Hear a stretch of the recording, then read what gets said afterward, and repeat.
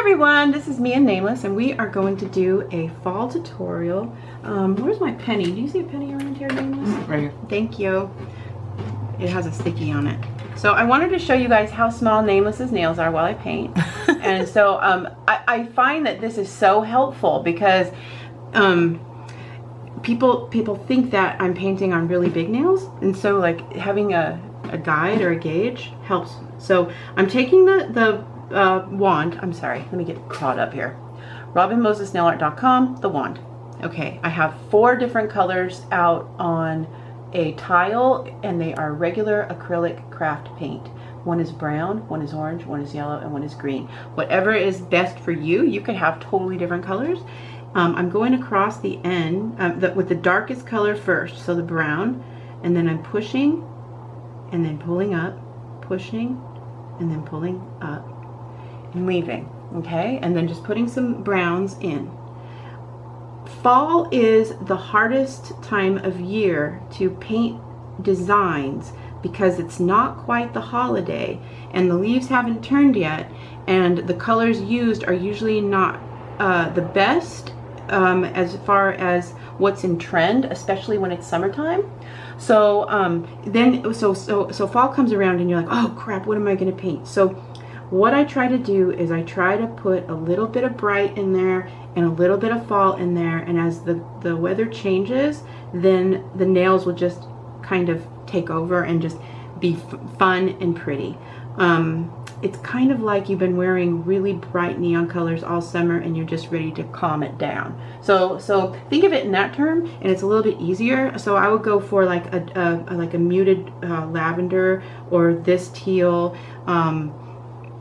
or like a real gray blue, and then just put like the leaves over these colors that are just kind of muted compared to the real bright ones. So I'm going to finish with the brown, then I'm going to go with orange. So the orange I will mix. See, here we go. So orange and brown make green. So this is a bright orange. If I add a little green to it, it dulls the orange down to a brown orange, like a burnt orange. And then I can mix it like this and just kind of burnt oranges all the way to orange. Add a little bit of yellow over here, and then it will be like a burnt yellow orange, and then add more yellow, and then I have a whole rainbow of different colors I can pick from according to where I want to go with do I want it lighter, darker, more green, more orange, because all the colors in the leaves are like all of these. So I just want little booms, pops of each of these different colors.